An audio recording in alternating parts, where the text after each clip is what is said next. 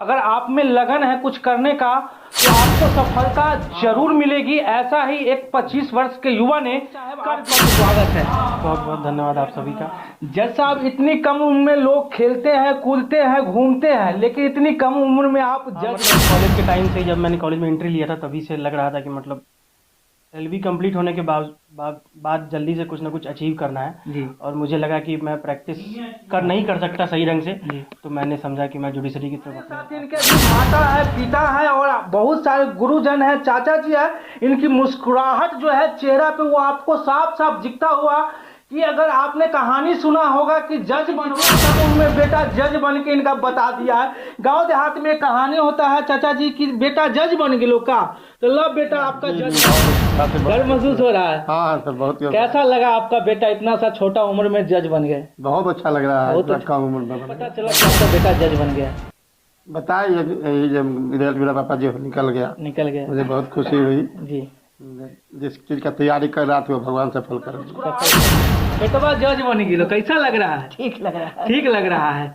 अब गर्व महसूस हो रहा है। हाँ, अच्छा महसूस हो रहा है। एक कहावत सुने थे कि बूढ़ी दादी लोग कहते थे कि बेटवा तो हर जज बनते, तो हर बेटवा जज बन गया। सही लग रहा है। कि अगर आप में परिश्रम करने की क्षमता है तो कहीं ना कहीं वो दुनिया की जो मुकाम होती है वो कहीं ना कहीं आपको आसानी से मिल जाएगी। और हमारे साथी जो है 26 वर्ष के जो युवा है, उन्होंने दिल्ली पढ़ने वाले ही जज बनते हैं, कलेक्टर बनते हैं, डीएम बनते हैं, एसडीओ बनते हैं। लेकिन आपकी जो पढ़ाई थी वो गाँव के एक छोटे से स्कूल बता बुजुर्ग माँ सरस्वती अकेडमी से हुआ है जी। उसके बाद मैंने 2 साल अपने गांव के सरकारी विद्यालय में भी व्यतीत किया है जी। उसके बाद मैं डीएवी कन्वेंट स्कूल में पढ़ा हूँ।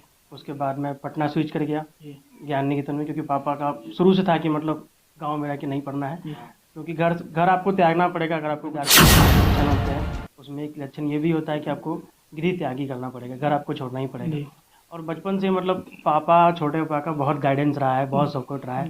स्पेशली छोटे पापा का तो हर चीज़ में सपोर्ट रहा है कि मतलब हर चीज़ छूट जाए बस पढ़ाई नहीं छूटे। लोग भी था जो पापा बताते थे कभी कि कर्म वाने वादी का रस्ते माँ फलेसु कदाचना, आप काम करते रहिए, फल तो मिलना ही है। तो मेरे सक्सेस का जो मूल मंत्र यही है कि आप continuity is the key to success, which means कि आप निरंतर अगर किसी चीज़ को करते आ रहे हैं तो वो कल ना हो कि आपको मिलना ही, आपको लंबी रेस का घोड़ा बनना होता है। तो आपको कुछ लोगों का सहयोग मिलता भी है और भगवान अगर आप अच्छा कर्म करेंगे तो आपको दिलाएंगे भी।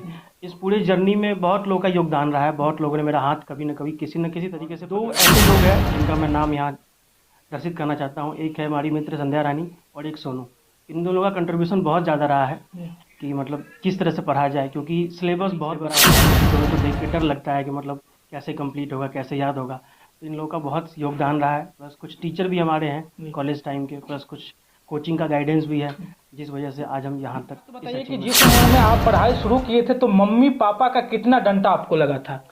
पापा का डंडा तो नहीं लगा है, बट ज़्यादा मार छोटे पापा से लगा है और मम्मी से लगा है। क्या लगता है कि वो मार सही था या गलत था? नहीं, बिल्कुल सही मार था, क्योंकि मुझे याद है कि हम लोग का जो छोटा सा दुकान था उसके बाहर हम नीतीश छोटी सब पढ़ते थे और छोटे पापा हम लोग को स्टिक से मतलब घर में 2 लोग तो ऐसे हैं जो एकदम स्ट्रिक्ट है, मम्मी और एक छोटे पापा। उस समय लगता होगा कि हमें मार रहे, पढ़ाई कोई अच्छा चीज नहीं, लेकिन आज आपको असली जो हक था वो आज आपको मिला, तो आज पढ़ाई की अहमियत आप अचीव कर लेते तो आपको लगता है कि जितना भी आपने कंट्रीब्यूशन दिया है, जितना भी आप रात जगे हैं, जो भी शोर सन्नाटे आपने महसूस किया है, उन सब का जवाब आपका। सबसे बड़ी बात हम कहेंगे कि आप जिस क्षेत्र में जाते हैं वहाँ बहुत सारे ऐसे लोग आएंगे, आपको गलत सही आपको देखना है। तो पहला वो कलम, आपका कलम से क्या रहेगा कि आपके भी मन में लगेगा कि जिसके लिए हमने परिश्रम किया और आज सफल निर्णय हमने किया, वो क्या रहेगा? कोई भी कैंडिडेट ज्वाइन करता है तो बहुत सारी ट्रेनिंग दी जाती है कि पहले क्या करना चाहिए, नहीं क्या नहीं करना चाहिए, ज़्यादा बताया जाता है,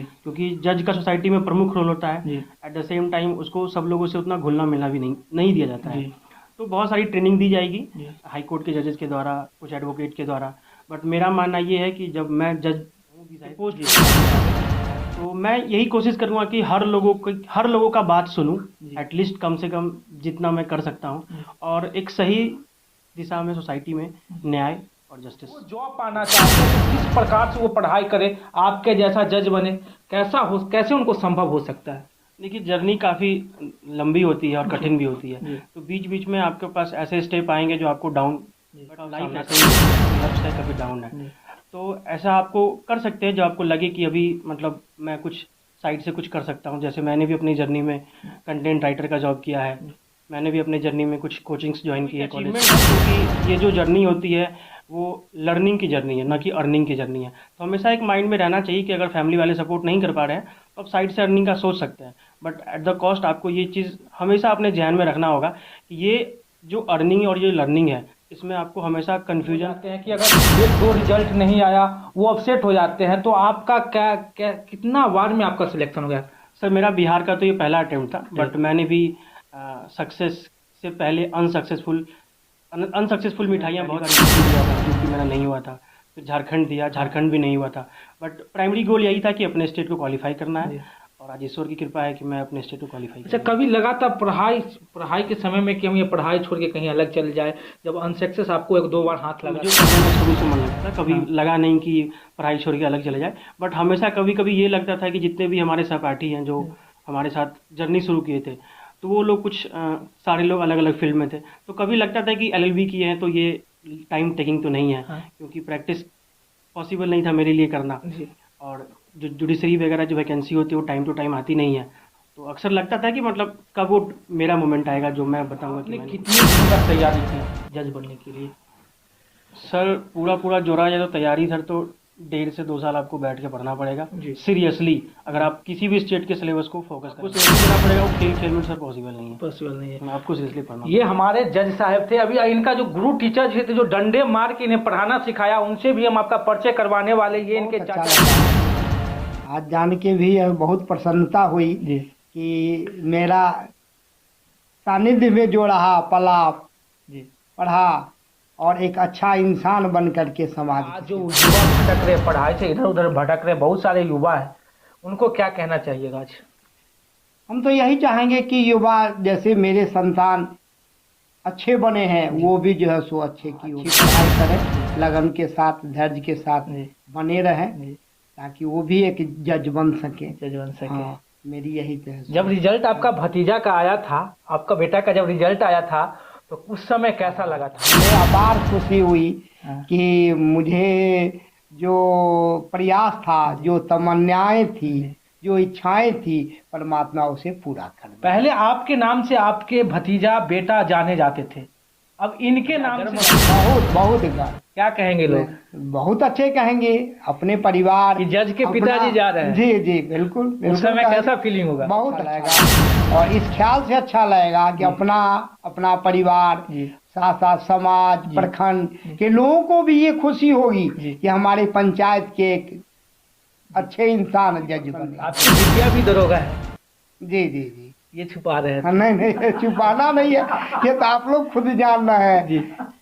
ये तो छुपाने की चीज तो है नहीं। अपने बच्चों को ऐसे शिक्षित किया है, एक के बाद एक जो आपके बच्चे हैं वो स्ट्रगल किए और अच्छे पोस्ट पे जाए। एक बिटिया आपकी दरोगा है, एक बेटा जो है आपके जज साहब हो गए हैं। वो बिटिया दरोगा है चलेगा, लेकिन ये जज साहब हो गए हैं, समझ रही बातें हैं। उसके बाद एक बिटिया आपकी मेडिकल कर रही है, एक अकाउंटेंट है। मतलब आपने शिक्षा का जो पूरा वातावरण है, जो माहौल है, कैसे क्रिएट किया अपने पूरे जीवन काल में कि इतना बड़ा शिक्षा का जो हब अपने घर के अंदर, कोई मोहल्ला में बनाते, कोई स्कूल में बनाते, लेकिन आपने पूरा घर को क्रिएट कर दिया शिक्षा के अंदर। ये कैसे संभव? शुरू से ही ऐसी तमन्ना रही है कि दूसरे को सुधारने के लिए पहले अपने खुद को सुधारना पड़ेगा, दूसरे को शिक्षा देने के लिए पहले अपने शिक्षित होना होगा।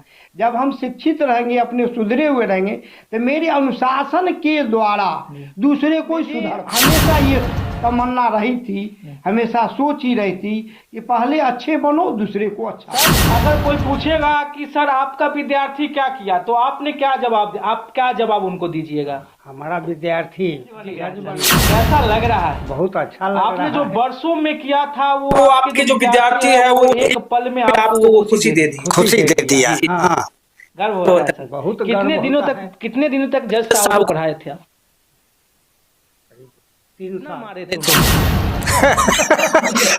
मार तो बहुत कम में हम मारे, क्योंकि वो अपना सबक सुना देते थे यार। हाथ से मारते थे या डंडा से मारते थे? डंडे रखते थे, हाथ से नहीं। उससे मारते थे। सर आपने पीट के जो एक कहावत है कि पीट के लोहा को चमचमा देते हैं, वो आपने किया कि पीट के एक गांव के लड़के को आपने जज बना। अगर कोई भरी महफिल में आपसे पूछे कि आपने क्या किया तो आपने क्या कहेंगे? कि हमने मेरा शिष्य जज बन गया।